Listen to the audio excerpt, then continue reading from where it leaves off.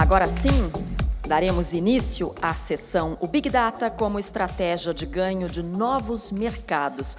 Para debater o tema, convidamos ao palco Ailtom Barberino, do Nascimento, Filho, vice-presidente do Grupo Stefanini, Bogdan Vernescu, vice-reitor de Pesquisa do Instituto Politécnico de Worcester, Elizabeth Stroble, presidente da Universidade de Webster, e Paul Kearns, diretor do Argonne National Laboratory.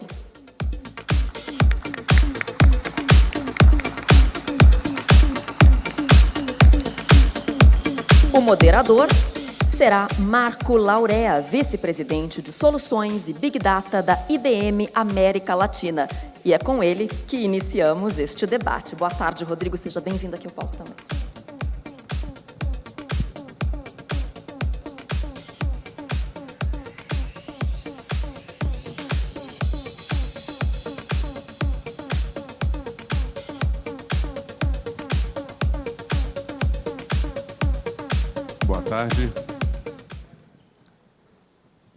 Boa tarde, eu sou Marco Laurea, como foi apresentado. Eu trabalho na IBM. Nos últimos 10 anos, eu trabalhei com Analytics e com Big Data. Depois eu vou chavear para inglês, para facilitar o entendimento dos demais apresentadores.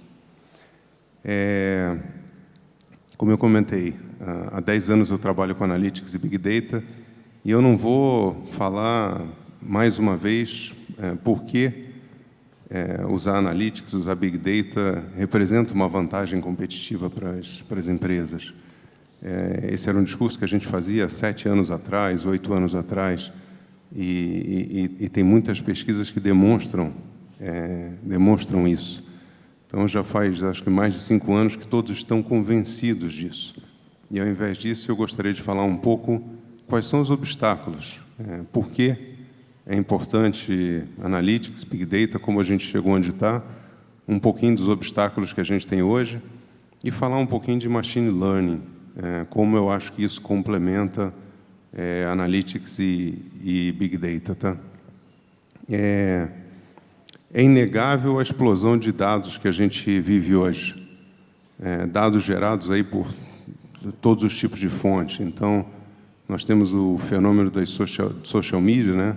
Produz uma quantidade de dados enorme, as redes sociais, pessoas tiram fotos, postam em tempo real, no LinkedIn, no Twitter, no Facebook.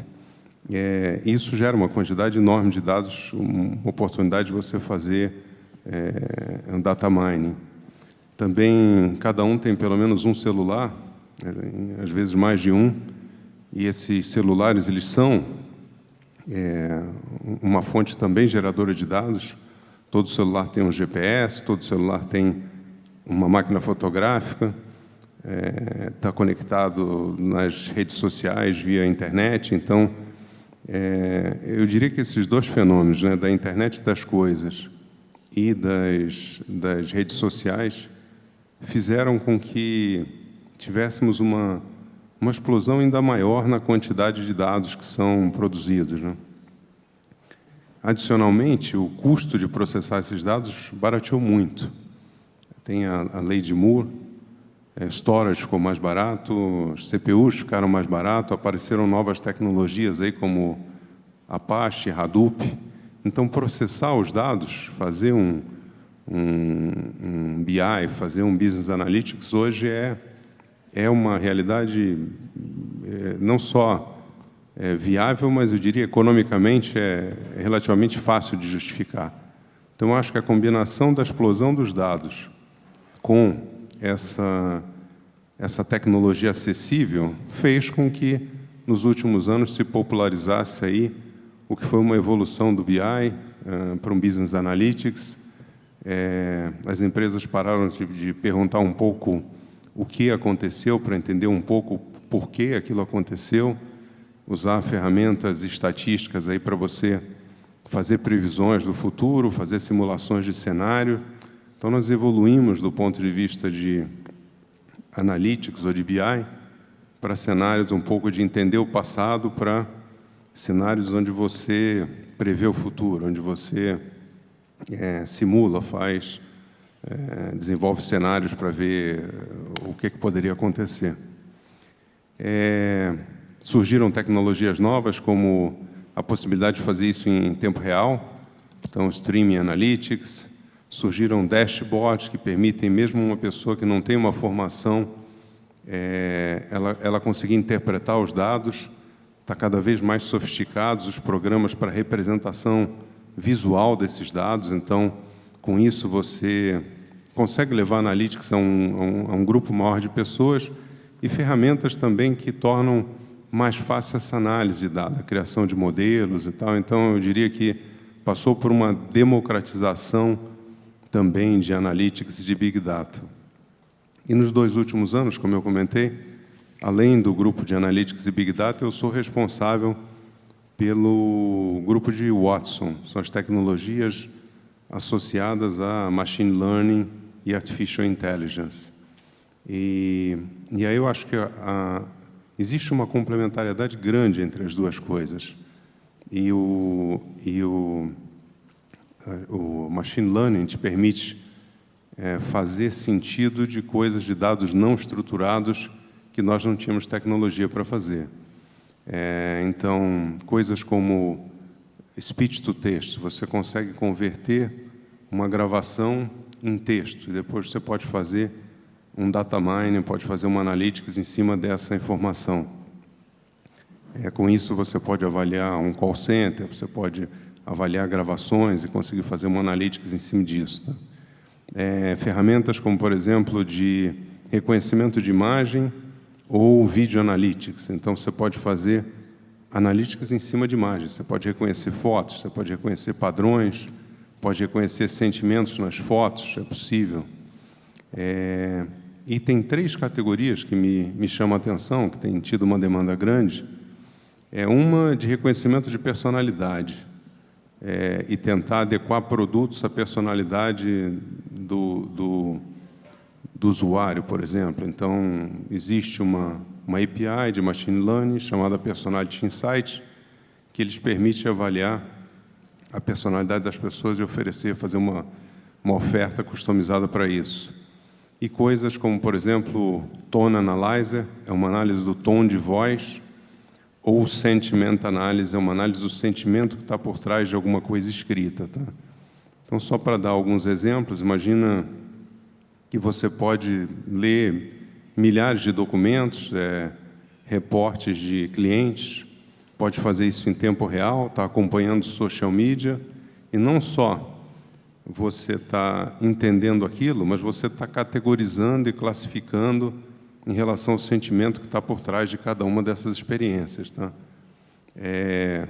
Há 2, 3 anos atrás, a gente até tinha uma análise de sentimento para detectar se era positivo ou negativo, baseado num tweet, baseado num comentário de Facebook, mas é muito inferior ao que nós temos de ferramenta hoje para poder detectar qual é a emoção que está por trás, qual é o sentimento que está por trás daquilo.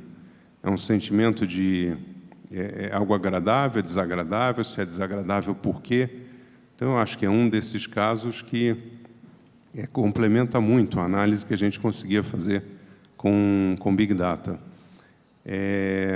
Tem outras ferramentas, o Tone Analyzer, por exemplo, avalia o tom de voz e consegue detectar se a pessoa está nervosa, se está ansiosa, se está tensa, se está agressiva, baseado no tom de voz.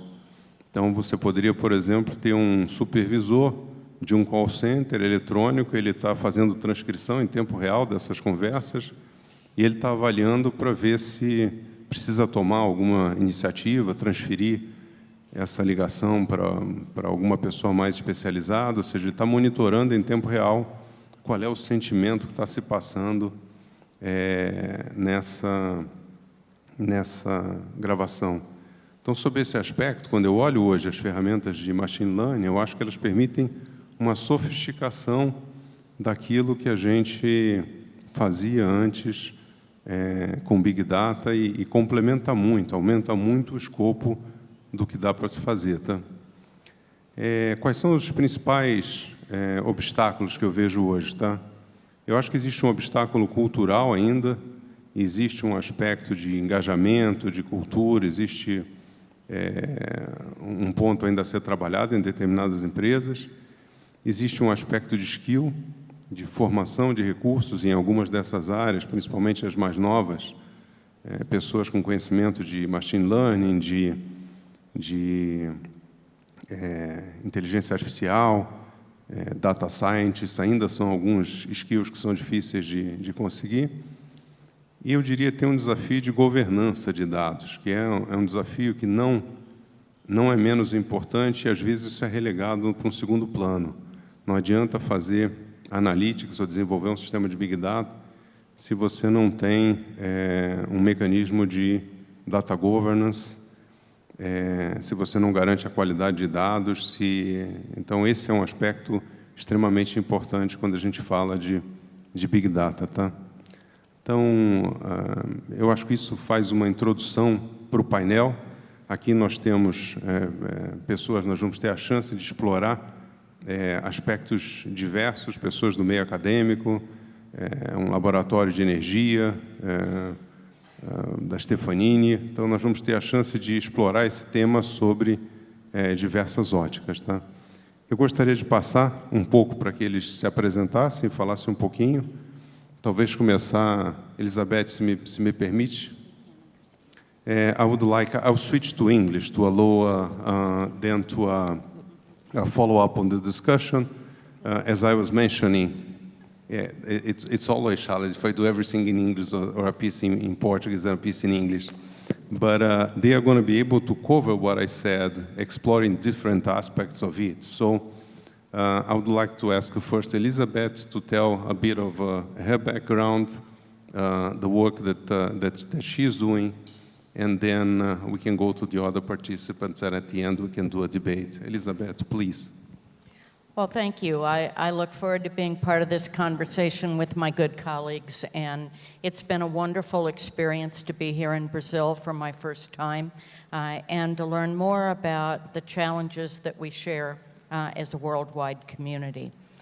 I'm the president of Webster University.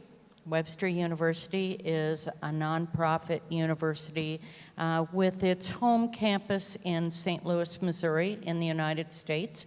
But we serve 16,000 students, both in person and in wonderfully robust online programs in Europe, Asia, Africa, and truly anywhere that students can take an online course.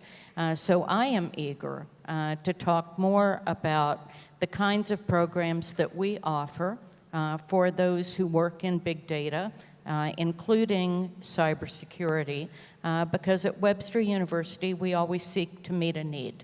And I would be very eager to find great partners here in Brazil so that we could help Brazil meet its big data and cybersecurity needs.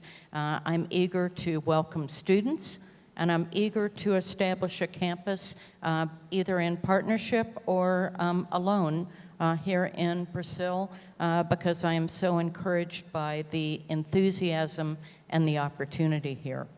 So my focus as a person whose background is in the humanities and education is on those who use technology whose background is not technical in nature.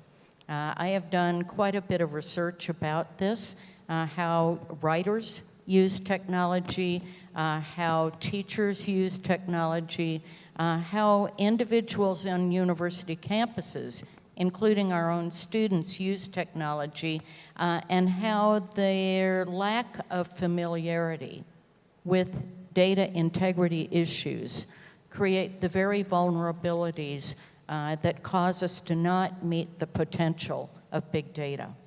And we certainly know that the potential has not been realized yet. The potential of big data to be able to give us real-time decision-making capability, to understand customers' or clients' behaviors, to be able to avert damage from cyber threats, has not been realized, and I think there are several important reasons, and one of those is simply education and talent. and the need for more cyber professionals. That need is great worldwide, and it's why we've established programs that include an undergraduate degree, a master's degree, and a certificate in cyber threat detection. It's why we formed a cyber research laboratory, and we have our own private cloud laboratory where we can ourselves test penetrations and find ways to defy those.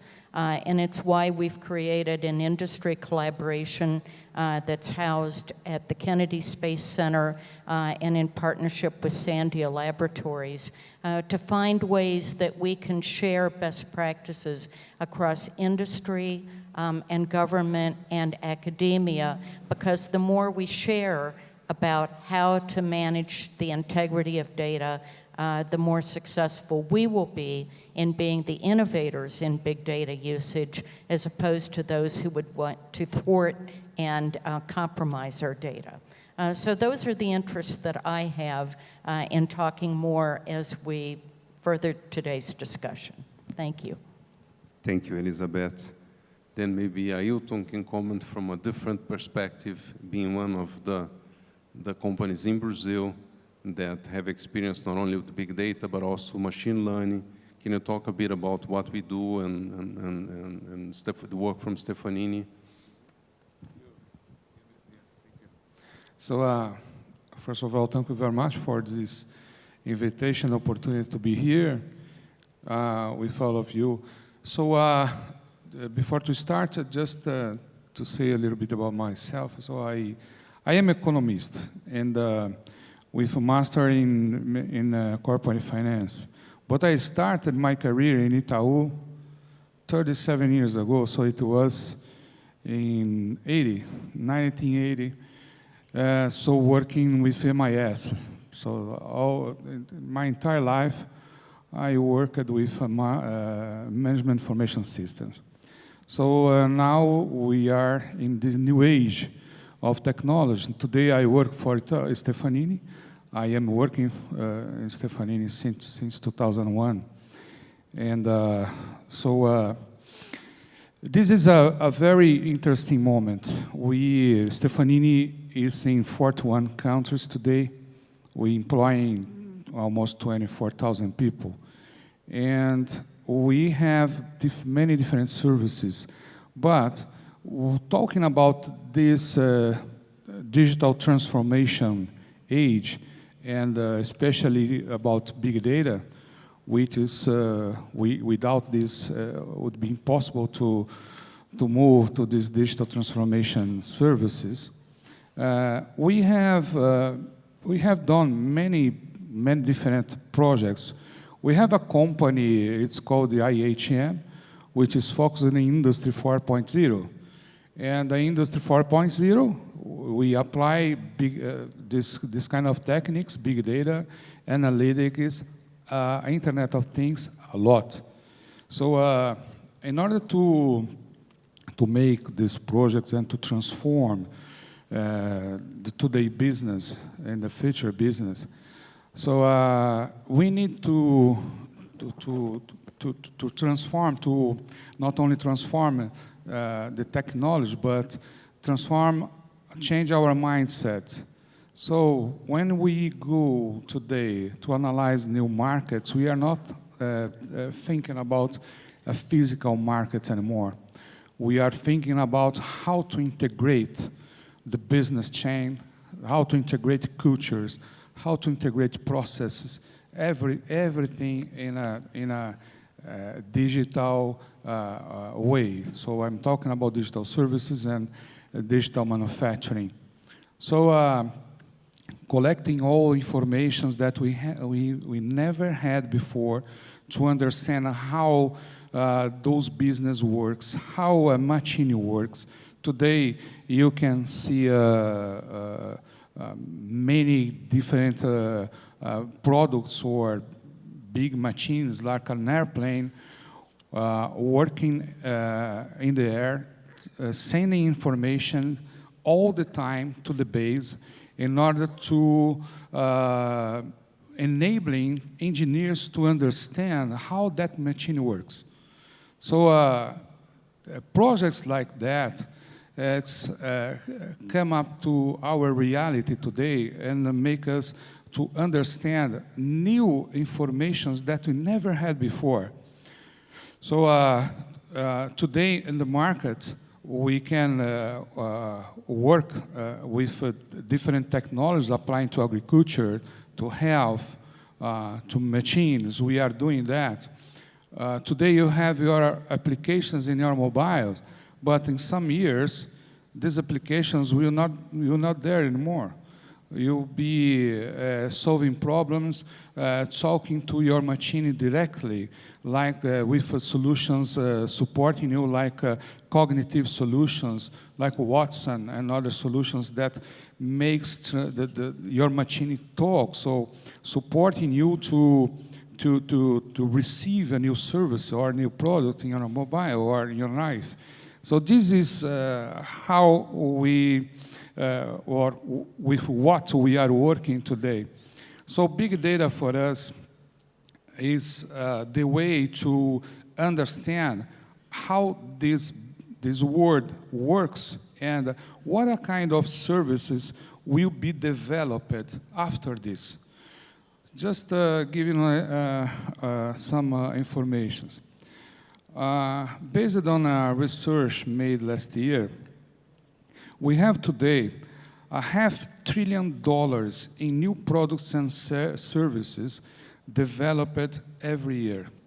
So all these products and services has been developed based on the information, the new information that has been generated through these big data and analytic solutions. We are understanding more or using these informations to deliver new services or new support to our customers. For example, in health, we can orient our people, we can orient patients and how to behave in order to get more health, in order to treat their body or their current problems if they have. So we are teaching people to avoid new diseases. We are teaching people to be healthy. So using those information you never had before. So this is what big data and solutions like analytics enable companies like Stefanini or other companies, IBM, to develop new solutions that can deliver new services that you can't imagine now. So the services or products will be developing in the future, we cannot imagine it right now. So like Peter said this morning in his fantastic speech, so who can foresee the next 5 years? Nobody can do it. Nobody can imagine what we're going to have or will have in these next 5 years. So this is what we are generating, analyzing data or getting knowledge we never had before. So, and we are involved in many projects in different areas. Just to finalize, we created labs around the world. We have a lab in Singapore dedicated to develop solutions based on analytics and also big data. And we have a gap today in our market.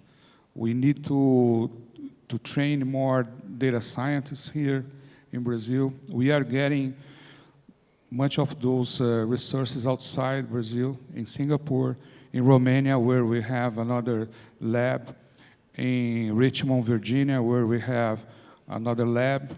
So we are getting data science from this market. So we need to form, we need to educate more data science here in Brazil.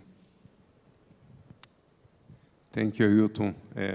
I think it's an important point of view. It's again highlighting the importance of skills and all the services we have associated with all this technology, either analytics, big data, machine learning, and the need to use this for a specific industry. I think it's a very interesting perspective.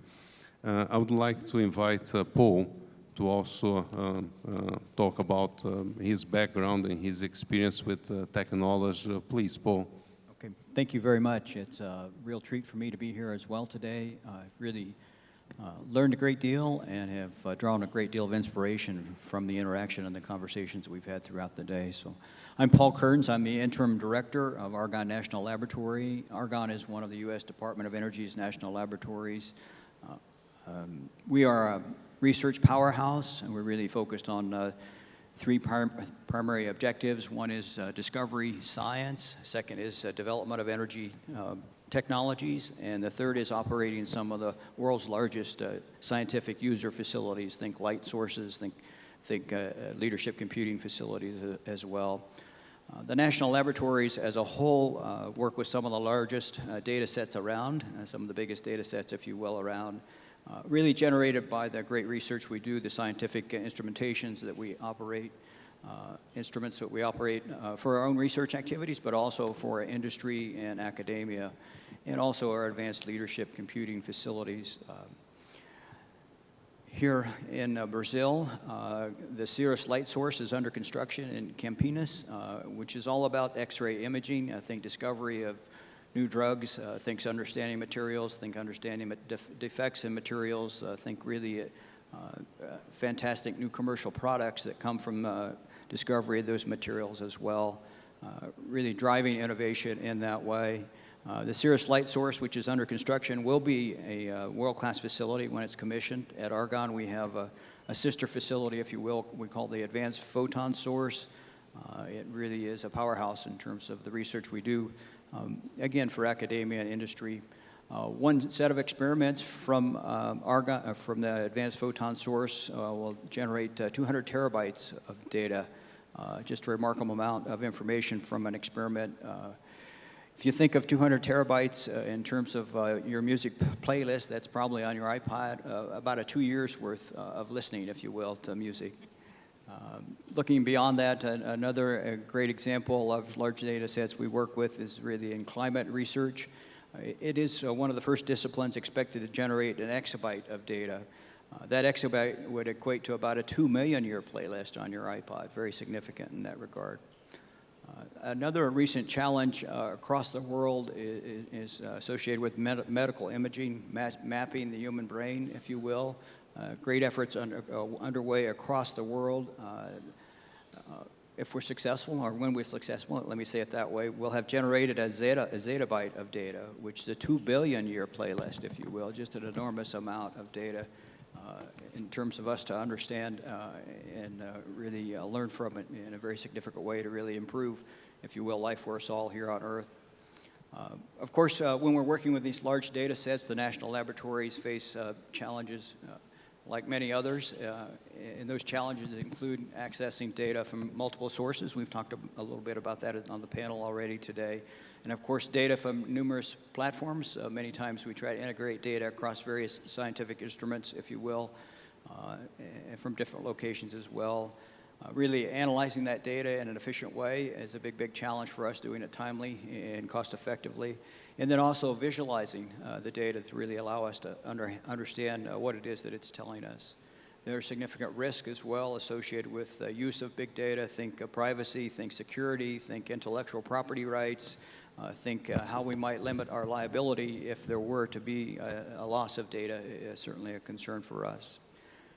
The U.S. national laboratories have been on the forefront of computing advances for some time. Since the 1950s, we've had high-performance computing at Argonne National Laboratory, modeled after early work by von Neumann at the Advanced Institute in New Jersey, if you will. The very first machine at Argonne was deployed in the 1950s, followed by machines at Los Alamos and Oak Ridge. Today, the U.S. national laboratories, many of them have petascale, if you will, size machines. We have on the machine room at Argonne what we call Mira. It's about 10 petaflops. It's actually an IBM machine, so I'm proud to, if you will, offer a compliment to Marco and IBM for their great accomplishments. We're on the road to what we call exascale, which is 10 to the 18th operations per second in the U.S. We hope to intend to deploy, I should say, the first exascale machine at Argonne in 2021. That machine is a bit challenging for us in terms of architecture because of the power required to actually process information that quickly, and also wanting to do as much as we can in terms of gaining benefits from modeling and simulation, machine learning, and data analytics. So a small sample of what we do in the U.S. at the national laboratories and at Argonne. So thank you. Thank you. Another interesting perspective, a different perspective on the same subject, and later we can explore the demands of energy that all the systems, as we increase the storage, the computing capacity, all the challenges we have around this topic, and then how technology may help us solve some of the challenges. But thank you. The last, I would like to ask Mr. Bogdan to talk a bit about his background and the experience that they are doing. Mr. Bogdan, please. It's a pleasure to be in Sao Paulo, and it's a great pleasure to address this audience. I am the Vice Provost for Research at Worcester Polytechnic Institute, which is in Worcester, Massachusetts, 40 miles west of Boston. We have been around for 151 years. We were founded in 1865, by two industrialists who realized at the time of the Industrial Revolution in Massachusetts, that they needed to have the workforce to work for their companies. And two of them put together the money and built two buildings. One was the classroom building for the courses, and the other one was the shop building where they had the labs, which were at the height of that technology at that time in 1865. And so our logo has always been theory and practice. So we've always combined the classroom work with the very practical work. So fast forwarding to the late 1960s, WPI decided to reinvent itself. And in 71, the faculty at WPI introduced what they call the WPI plan. And to just give you a few examples of how innovative this university was at that time, so they were training at that time engineers. And they said, well, engineers, first of all, they don't always know how to write. So we really need to force these students to take humanities and arts courses and write something out of 5 courses, then write a paper. Then engineers don't really understand how their work influences society. So they should have a project equivalent to 3 courses, so a significant amount of work, that connects technology to society.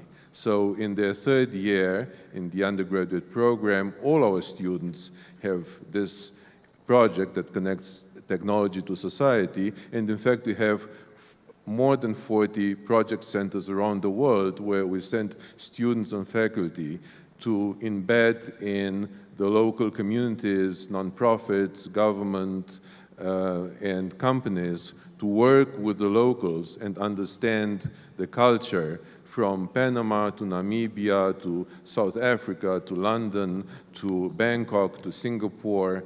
We have project centers all around the world and, of course, project centers in the US. And then in the senior year and the 4th year, students have to do a project, all of them. So a lot of universities nowadays do project-based learning, and they have a select group of students who do projects. We have all our students doing projects. We have 4,500 undergraduates and 1,500 graduate students. Everybody does projects, and the projects are, most of the time, team projects. So students learn how to work with others, which is not always happening in universities. They also learn how to work with others who do not have the same majors as they have.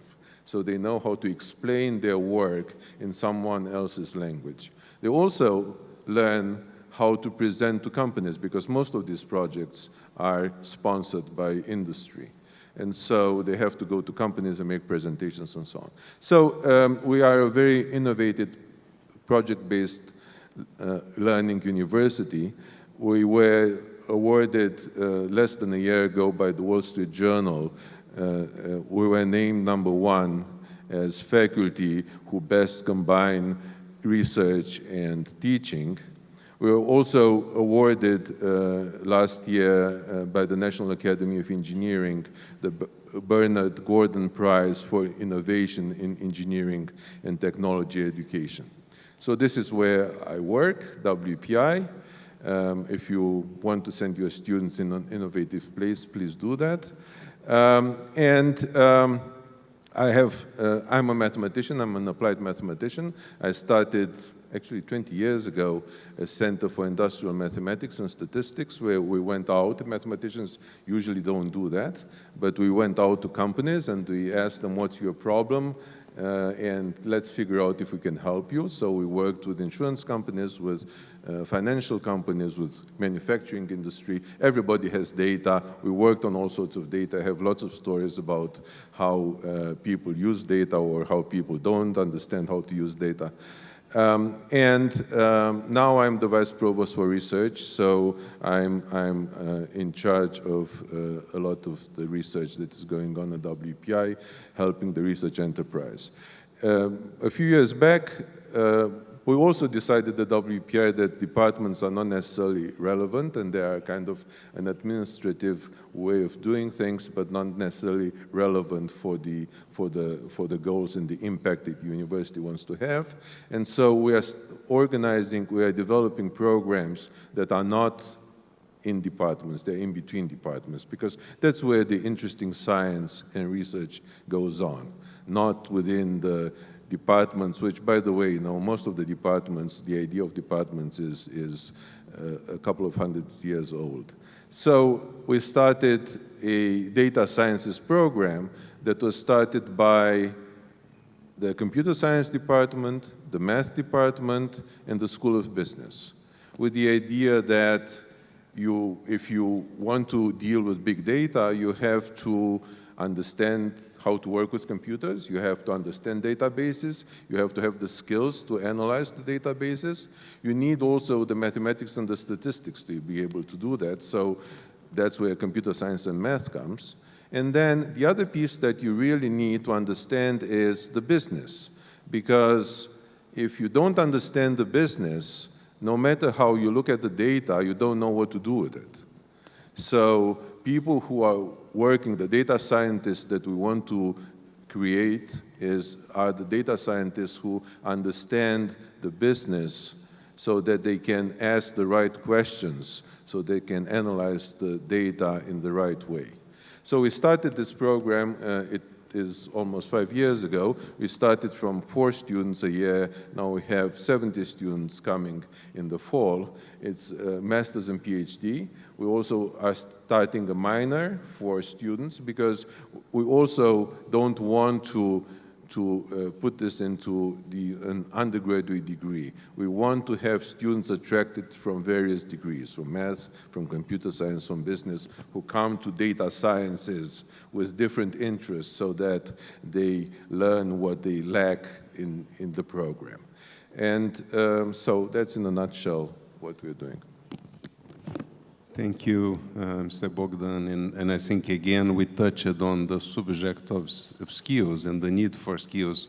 And maybe this is a good topic for us to start kind of the debate. It was a common theme across the 4 speakers. So maybe Elizabeth could talk about the human element on this equation and how do you see skills. We also talk about security, cybersecurity, and the need for security. So if you can comment a bit on this, Elizabeth. Well, I want to pick up on what you said, which was that the intersection between those who are the data users and the decision makers and those who are actually the architects of how the data are organized is really very, very important. Another aspect that I have seen in the past 2 to 3 years, particularly as U.S. consumers have been the victims of data compromises and data breaches repeatedly, whether it was financial institutions, educational institutions, retailers, online retailers, as well as in person, was the need for communication. And I suspect that this is a part of a program that is yet to be refined and developed, but I see it very much as a skill set. Communication to those who are using data and making their data available around what it is you can do to protect your vulnerabilities. Certainly on a university campus with tens of thousands of students and many employees, trying to help through a communications and education program, people to understand how they create vulnerabilities to the system just by using their own devices in inappropriate ways or vulnerable ways, risky ways, is part of it. But once the threat has happened and data have been compromised or there has been a breach of some type, then how one communicates about that to those whose data may have become available to unauthorized sources is critically important. And I don't see that businesses in the United States have been very effective in that kind of communication.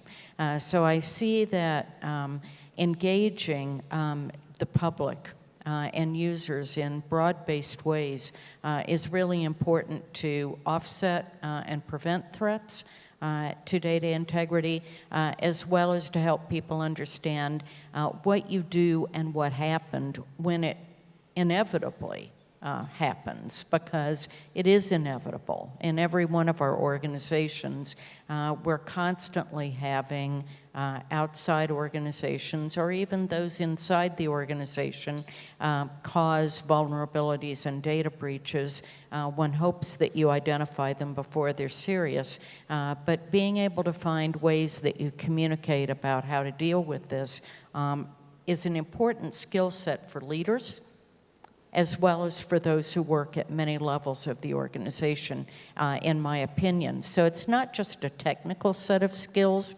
that's needed, it's a leadership set of skills, and it's a set of skills around how do you compel and convince and persuade and influence people to actually use data to base their decisions.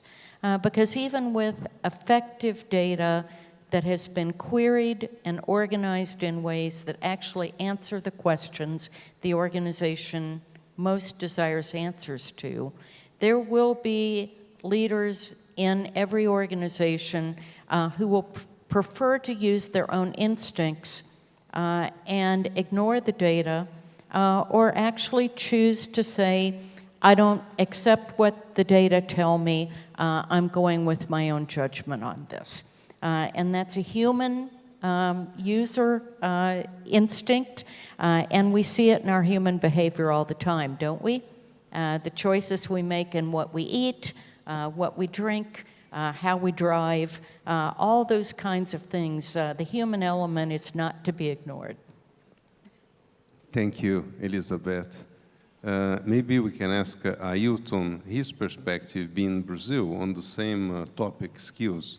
We know there is a shortage of some of these technical skills. We talked about the need for data scientists, specialists in statistics, in big data, machine learning. So maybe you can comment, being here in Brazil, and how do you see the same problem? Maybe also some ways that Stefanini is working to help deal with this demand.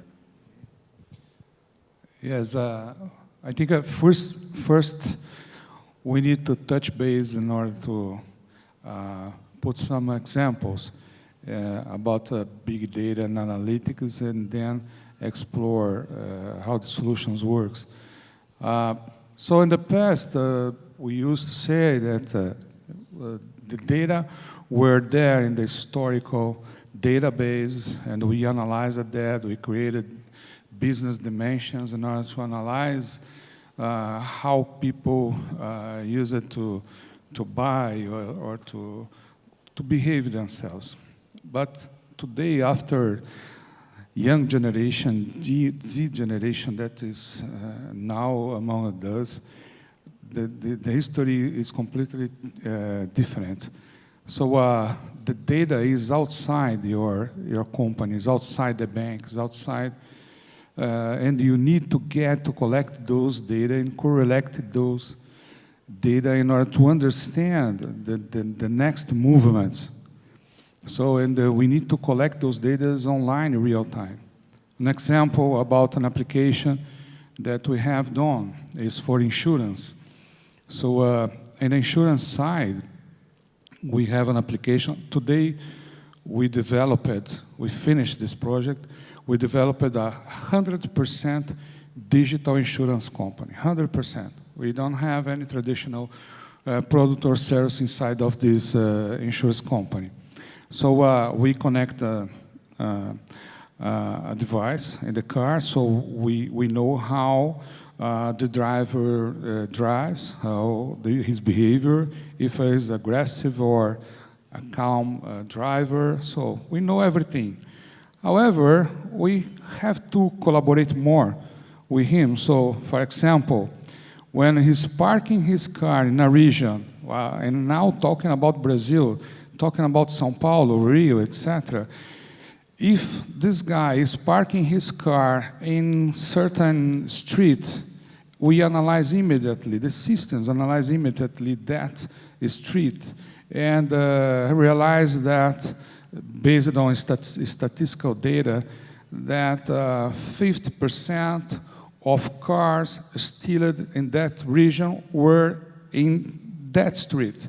We sent immediately a message to his mobile and say, guy, you know that we suggest you to park your car in a parking lot right now, and we have a parking lot nearby, 100 meters ahead, with 30% of discount if you park your car there.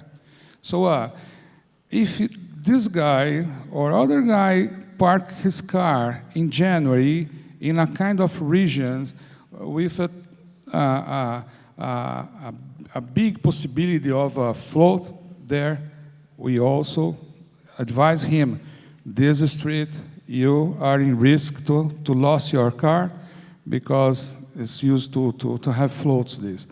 And this afternoon will rain. So this is what the forecast is saying. This afternoon we'll have a strong rain here.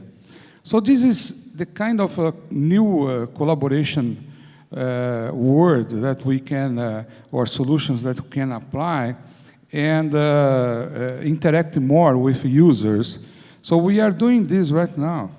And for example, in agriculture, we have a project where you put sensors in the plantation, and you analyze through scanners if that plant is growing in the same level of growth.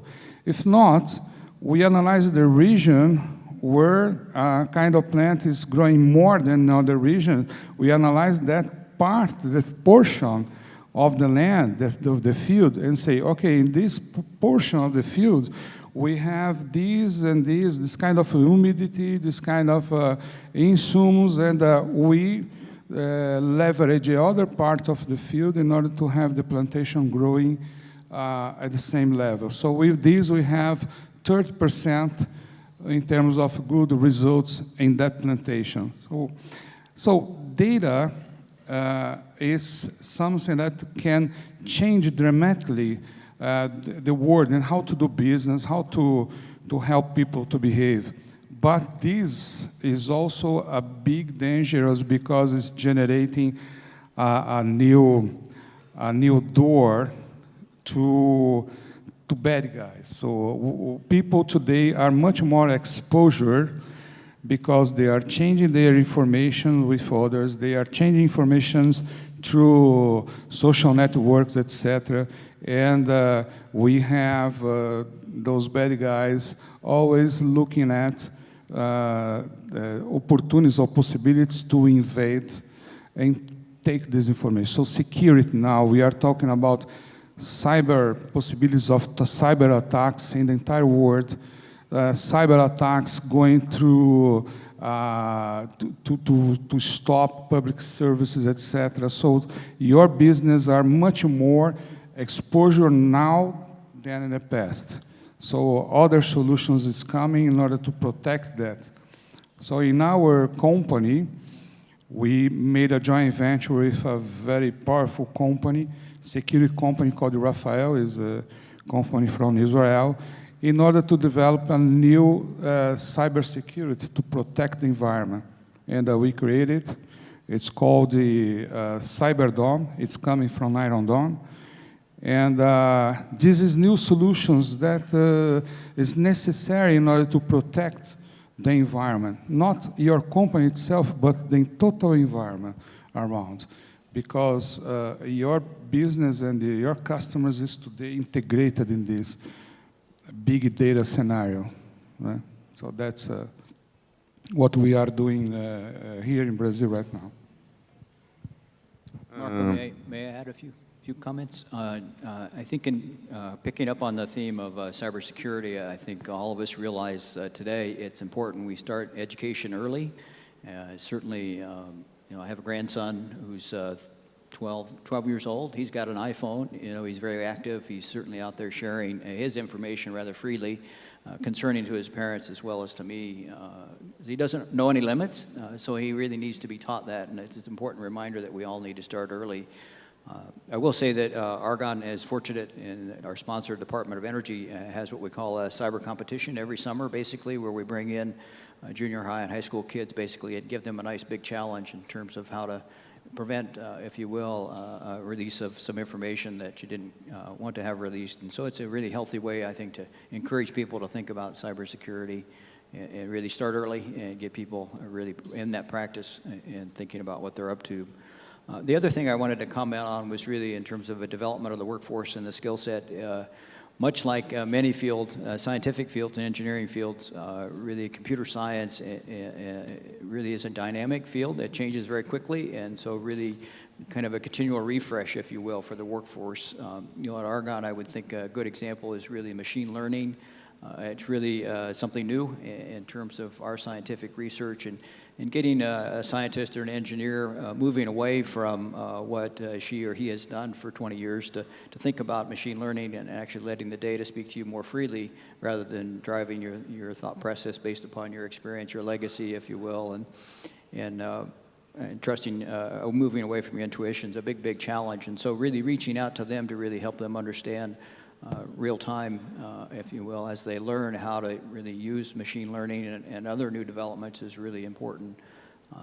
It really, I think, quickly shows benefits in terms of the ability to show how a tumor might respond, for example, to drug treatment. So machine learning's got great potential. It's another area that I think that requires some additional training and education. Thank you, Paul. And I think you both touched in some important points. We talked here about the effects of big data. The fact is that information is available to everyone, and you must be careful with security because the answer to some of these questions may be all online. It's very possible that the person would know a lot about you without you knowing. And they talk a lot about social engineering and the way people pretend they are someone or they crack some of these questions, that the security questions, and I think that's a very important point, the security around all of this. We also talked about the lack of skills. In Brazil, we were doing some partnerships with some of these universities like Worcester to help us get a pipeline of resources that we would have as there is sometimes quick demand for some of these skills. So maybe Mr. Bogdan could comment on the role of academia as we talk about technology, as we talk about big data, machine learning. How do you see complementing what Paul and Elizabeth mentioned? So big data means high volume, high velocity, and high variety. So this offers an opportunity and a challenge. Now, mankind has been collecting data for hundreds or thousands of years. Make a guess. Who's voting for hundreds of years? Who's voting for thousands of years? So do you know what the biggest data set was about 2,000 years ago? The biggest data set was the planetary data. So no, when people were navigating on ships, they needed to know where the planets were because they didn't have GPS, so they were locating themselves as looking at the planets. And so 2,000 years ago, there were data sets that were collected about the planets, thinking that the Earth is at the center of the universe, which was the Ptolemy theory. And for hundreds of years afterwards, people kept collecting the data sets on planets and realized that actually the data was kind of wrong because they were assuming something at the beginning which was wrong, right? And then Copernicus came and said, no, actually the sun is at the center of the universe. And so the data was matching a little bit better what the model was. And so people were navigating better, which was making a big difference between winners and losers in terms of commerce, who was able to get new markets by navigating better. So the captains who had the good data sets were navigating better than the captains who didn't have the good data sets. And then Kepler and so on, but I won't get into that historic details. So big data sets are a top priority for business nowadays. It does make the difference between winners and losers. So you can also think about the ability of getting results from marketing investments. Any company does that, right? Or getting incremental margins from pricing and promotion decisions, or incremental sales from better supply chains and management decisions. So every company can use data, provided that they understand what data they want to use, what questions they want to ask. And so what the challenges the companies face is what data they want to use. Is it the supply chain? Is it the transaction data? Is the performance data? But a lot of times, it's not the data that they have. It's the data that they could get if they know what the questions is to ask, right? So I'll give you an example. We worked for an insurance company. They were making car insurance. And they came to us and they said, we really want to figure out who are the risky drivers. And they gave us their data for the past 10 years, and it was a large company. And they had lots of data, and of course, a lot of data was, we had to clean the data and so on. That's a different story. But we looked at the data and trying to figure out what are the best predictors for risky behavior of drivers. And we looked at where the car was located and what was the age of the driver and what was the best predictor. We had lots of, a big table with lots of columns of different data. And it wasn't the location, it wasn't the age. I mean, yes, it was, but not the best predictor. The best predictor was something that actually the company had as a column there, but never looked at it, and that was the credit rating of the person. The credit rating tells you how much debt a person has and how good they are in paying back to the bank the loan that they have, right? And so it turns out that, which was a remarkable thing, and our students figured that out, that the responsible drivers are also the people who are responsible in paying back their loans, right? No one would have thought about that, and the insurance company was not looking at that. They had it because it was part of a form that people were filling out. But yeah, so the company applied our strategy, and they saved $6 million the following year. So it's really important to understand what data to look at, and if you need data from some other sources, nowadays there's you can get data from everywhere. The second point is how you use the data, and that's where you need the talent, and that's where you need the mathematical skills, the computer science skills, the statistical skills, and you need to hire the people who have those skills in order to analyze your data. And then the third piece, which is non-negligible, is how you have to be prepared as a company to change your business model once you have the results of that analysis. So now, how do you change the culture in the company when the company has been around for a number of years and has done things in a certain way? It's always difficult. And I won't get into that example, but we had the company and we told them that they were doing something wrong and they didn't want to change it because of cultural reasons, and they went bankrupt in 2 years. And so it's a management challenge, and it's a risk that any company has to assume. And that is, once you figure out that you need to change your business model, you really have to do it. And sometimes it's easier to hire someone from the outside and supplement your team with newcomers who have a different perspective. And that's something that everybody needs to do. So now the thing that we're doing is the training of the people to have the analytical skills to help companies analyze data, and also to figure out how to encrypt things well. So I'll tell you another story. Some of my colleagues a year and a half ago were able to break the Amazon cloud.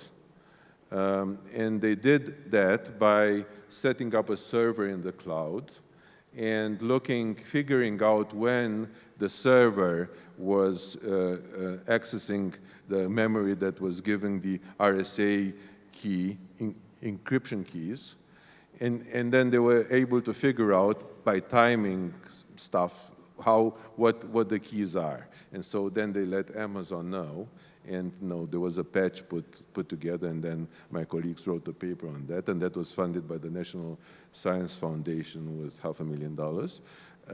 And so they were very successful to do that. So no data is really safe, so that everybody needs to be aware that someone will figure out how to get into that data if they really want to. But what is happening nowadays is that and we have a program for cybersecurity that when you develop software, you have to think about the cybersecurity of that piece of software that you're developing. The cybersecurity shouldn't come after you develop the software. It should be done while you are developing the software. So we have a program also funded by the National Science Foundation called CyberCore, where we train students in cybersecurity and data analytics, and then they work for the government for a number of years to pay back. So it's all paid by the government, but then they have to go back and take a government job for a couple of years.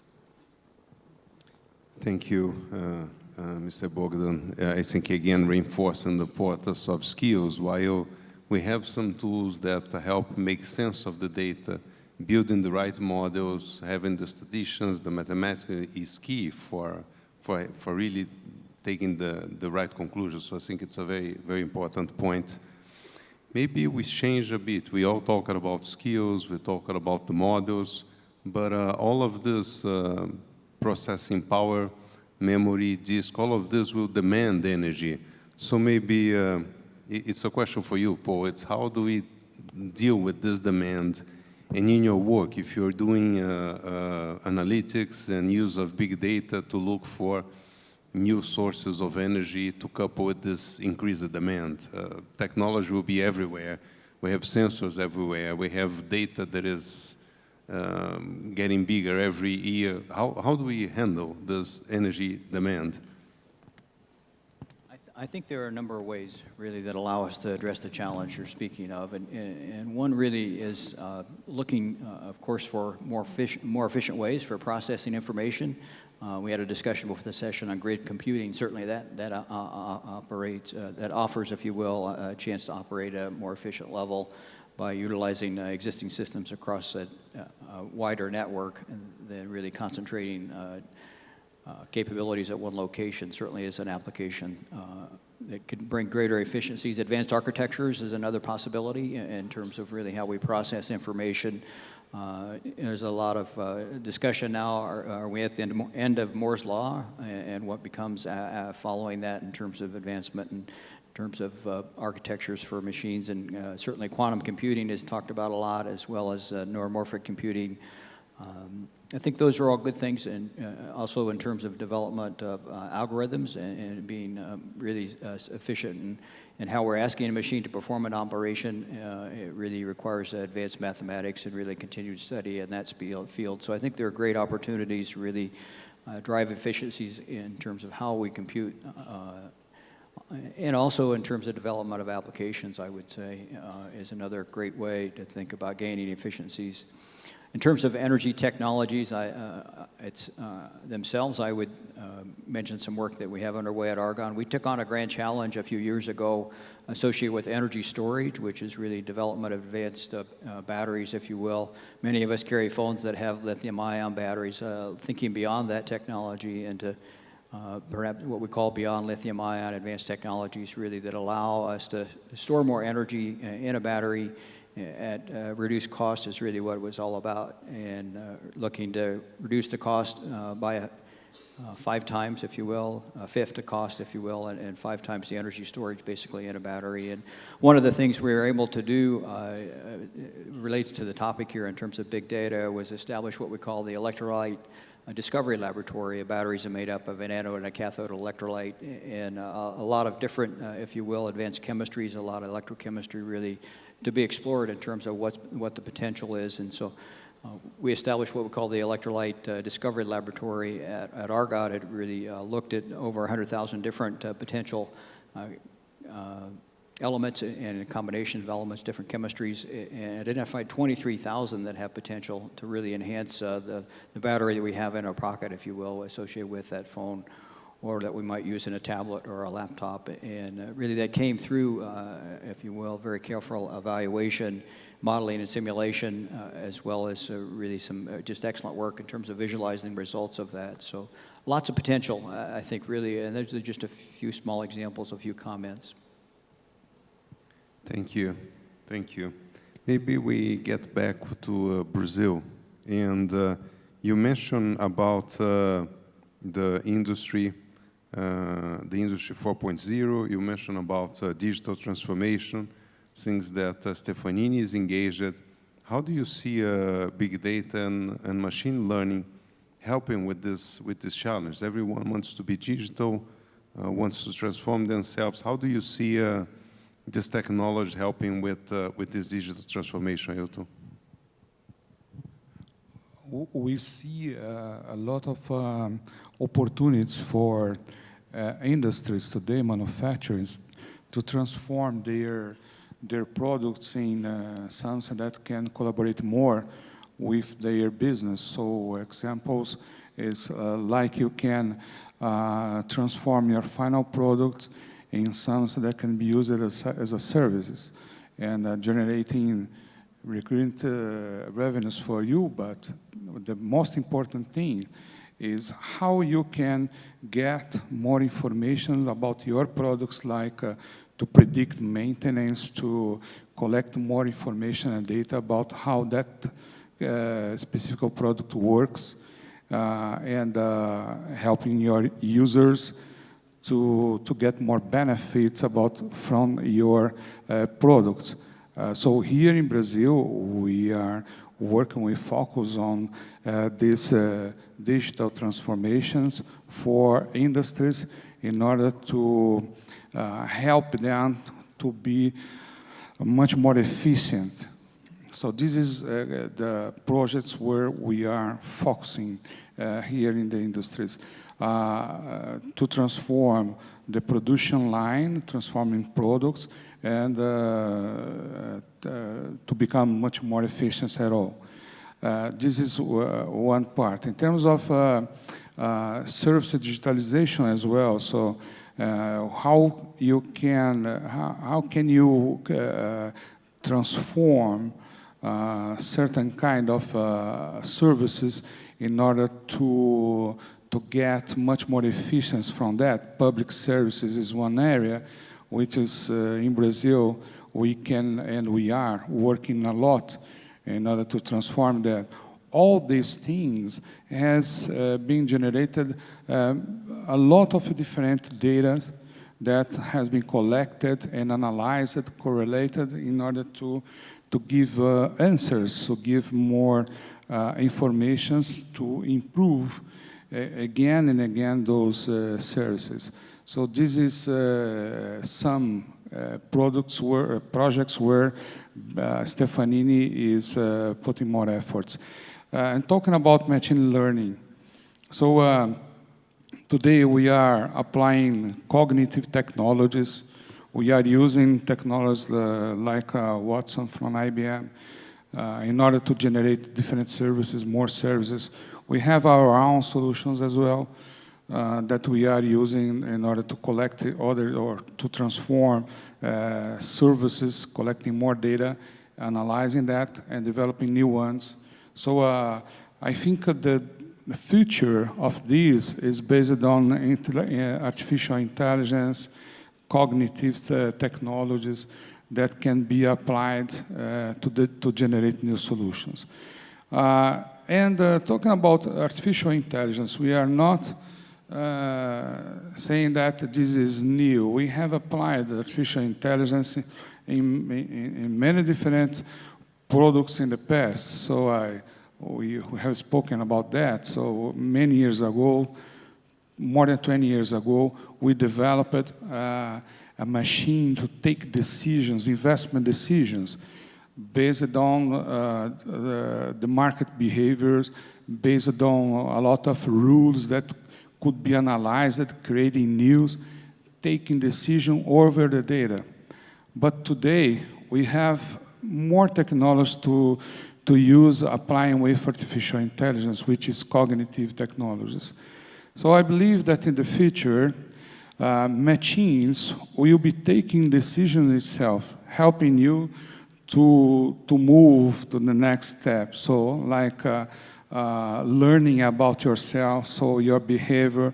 So I can, using artificial intelligence or cognitive technologies, I can learn how you like to be attended in certain services, and helping you to move to next steps, eliminating some steps. For example, a simple example, we can have your behavior when you are, we are buying an air ticket in order to go to a certain place, and that specific machine is intelligence enough to give you the best seat in the airplane, make your check-in automatically, or many things, many decisions that can be taken for this machine, helping you to eliminate a lot of steps. This is a very, very simple example about how artificial intelligence or cognitive technologies can help you to improve your way of life and improve services, reducing costs, eliminating time. So you will be able in the future to avoid wasting time in many kind of services using that. So this is something that we are already applying here in Brazil, and that can be applied in many other areas.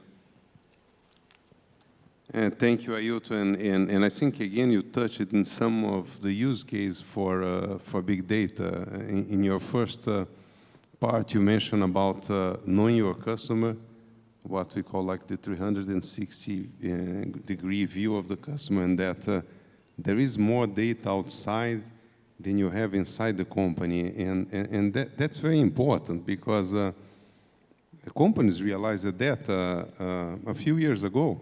I remember we were doing an engagement with the bank, and the bank said, well, all I know about my customers, I know the address, and by the way, he opened this account like 20 years ago, and I know very little about what they do, what sports, how educated they are, where they travel. And he said, I need to reconcile the information that is available outside, because there is a lot of insights that I could take from this that could help me offer customized services, and the information is all there. So it's like I have 5% inside my company, and if I mine on the social media and everything else, I could offer a much better service. And one of the applications that we have a lot of demand for machine learning, artificial intelligence, is customer service, because normally the call centers don't have, the operators don't have access to the information, so the quality of the service is not good. You spend a lot of time on a phone call because the time it takes to gather this different source. So I think there is a lot of space for improvement in customer service, in offering, cross-selling.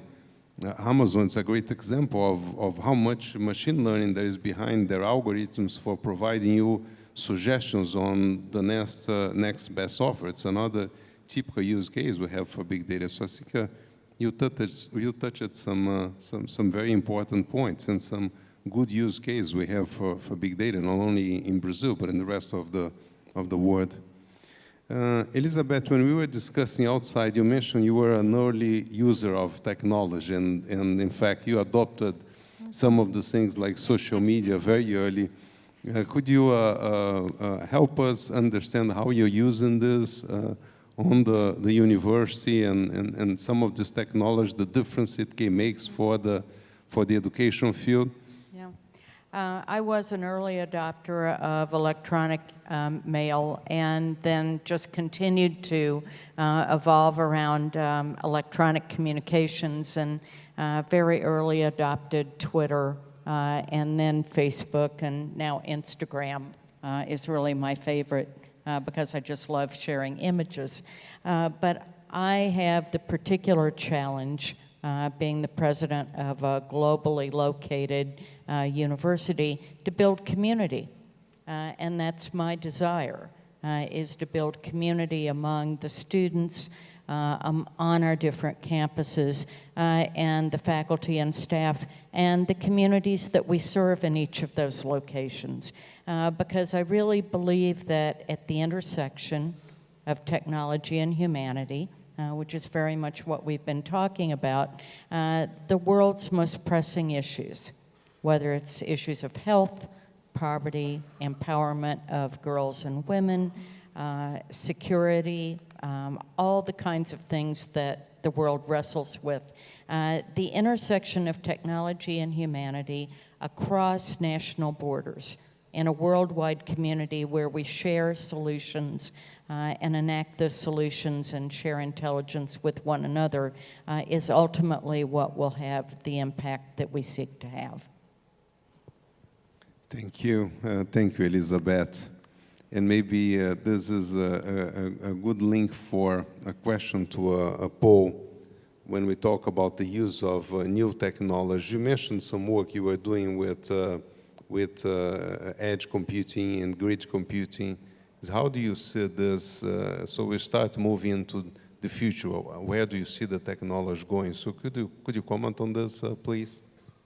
Yes, very exciting work we're doing associated with what we call the Internet of Things, the Array of Things, if you will, working with funding from the National Science Foundation, also with the University of Chicago. We're deploying, if you will, one of the largest, what we call urban sensors, over 500, platform of over 500 sensors across the city of Chicago.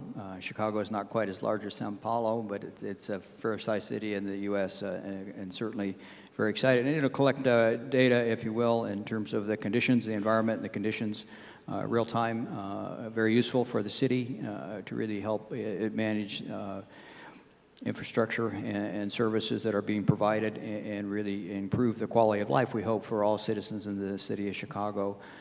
We're bringing edge computing to this, and that deploying those sensors is one thing, but also putting enough hardware and software on each sensor so that it actually do the preliminary analysis of that information real time as it's collected.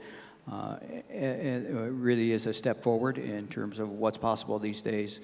And so really to eliminate the shipment of large data sets across some distance to really do the computing at the sensor or the platform is really an exciting development in that space, something we're very excited about.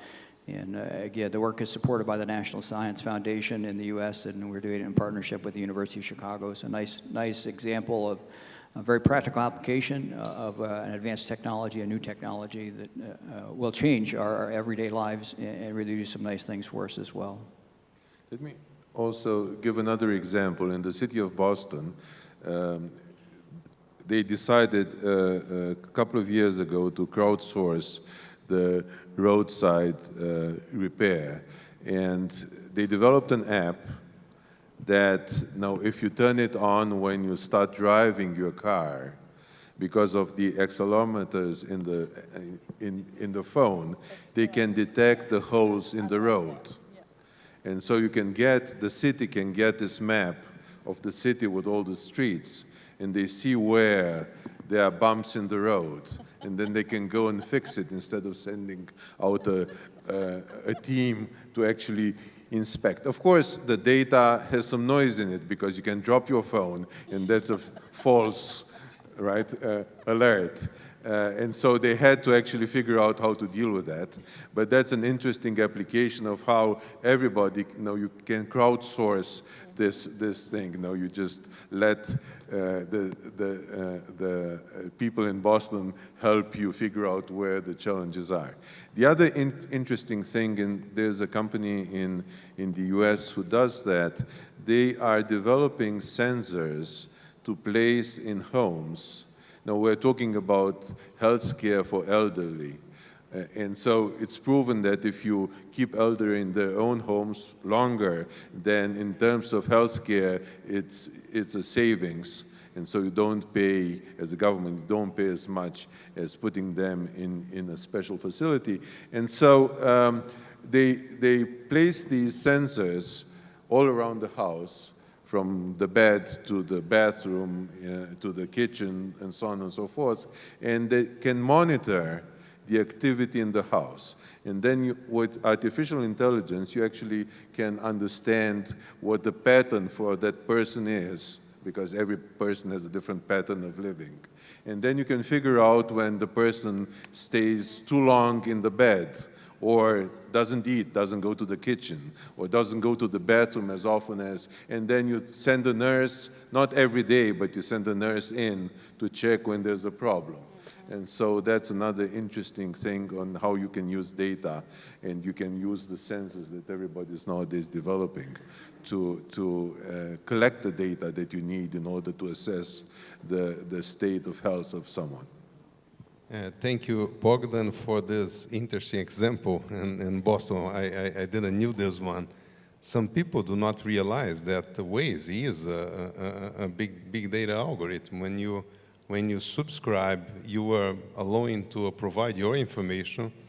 So it has a good network of sensors all over the world.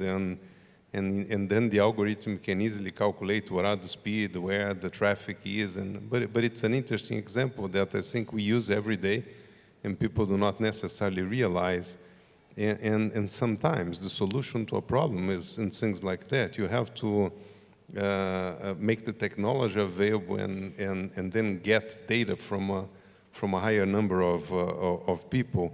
In machine learning, we frequently see this, where we make the technology available, for example, for people to tag pictures, this sort of things, or for use in translator, and then we use the feedback we get from these interactions to kind of teach the machine. So I think this sort of crowdsourcing of people to help teach, it is something that it is important when we talk about big data machine learning.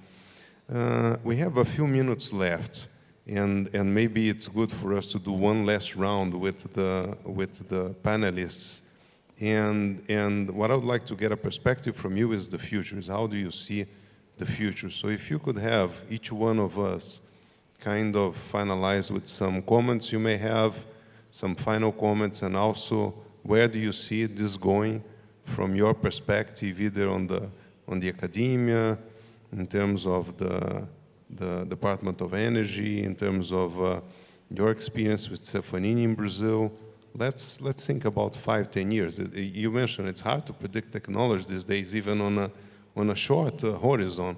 But if you were to abstract using what we know, how do you see this going 5 or more years? And maybe we can start with you, Ailtom, and then we pass through the panelists.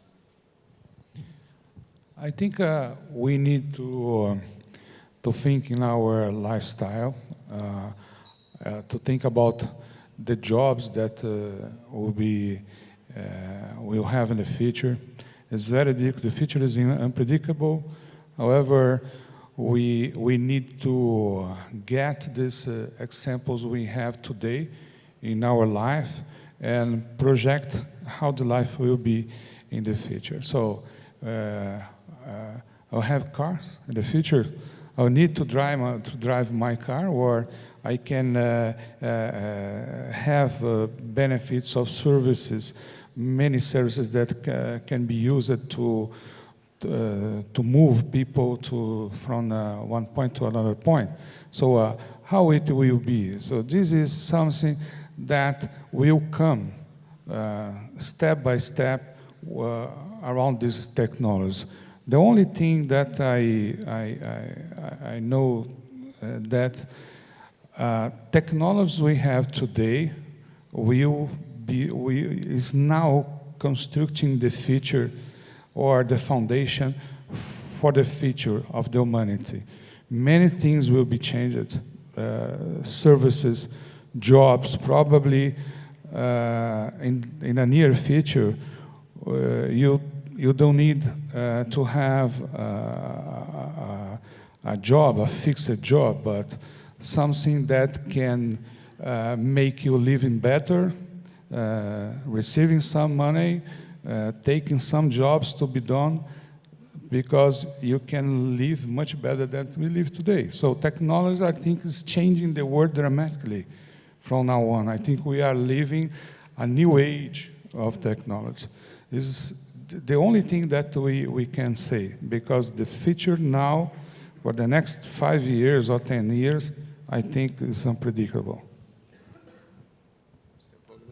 So I think we are at a phase when we're digitizing and collecting data from everything right now. We are digitizing the human being. We're digitizing our metrics, our weight, our sleep, our food intake, and so on. We're digitizing our anatomy by imaging, MRIs, CAT scan, X-rays, and so on. We're digitizing our biology, sequencing the genome. But we are not connecting them at this point very well. So the next step will be connecting everything that we have digitized in a much more meaningful way, right? And the same thing not only applies to humans, but also to cities. We will have, our washer will talk to the grid and figure out when the grid is not busy, the electric grid, and start washing the dishes or washing the clothes when there is capacity in the grid, right? And appliances will talk to each other. And transportation will be adaptive. Now, you don't, right now, if we want to take a bus, we go at the time when the bus, we know that the bus comes, and we take the bus. Well, the bus maybe, the next thing will be that the bus will know when we're there, and the bus will show up. And so we'll need more buses on one line than the other line. It's not a prescribed thing, it's an on-demand thing, right? And so things will start talking in cities. As we collect more data, we'll be able to do that. And so in 2020, we'll have more than 40 zettabytes. we as people get in one day more information than the people in the 16th century got during their full life. And so that creates an opportunity. There are also some challenges, but it's always good to have opportunities. So I think now if we understand how to combine data, how to use it, how to mine it, and then how to protect it. And also the other thing that we haven't talked about, but that's for a different workshop or different conference. Now, what's the legislation for all this data that we are producing? So it's a wonderful time to live in, so it's good. I'll share that optimism, that I think that while we have spent quite a bit of time talking today about the threats and the risks that need to be managed, the reason they need to be managed is because the potential and power to use those data, both the structured and the unstructured, what comes to us and what we reveal about ourselves through emails and social media and behaviors with one another. The potential for truly personalized experiences, as you described, whether it's medicine or health or how we manage day-to-day life, or the larger, broader issues that vex our nations and our world, lie in the complexity and the variability and the volume of the data and our ability to manage it. And so if we have confidence in ourselves and our ability to learn how to do that and to be smarter about it, the world can be a better place. Not sure I can add much, actually, at this point. I think Elizabeth really did a nice job there in terms of summarizing the opportunity and the optimism. I would comment in terms of outcomes. I think really a couple of things come to mind, and that is our lives are going to be different, and the future is going to be here sooner than we might imagine.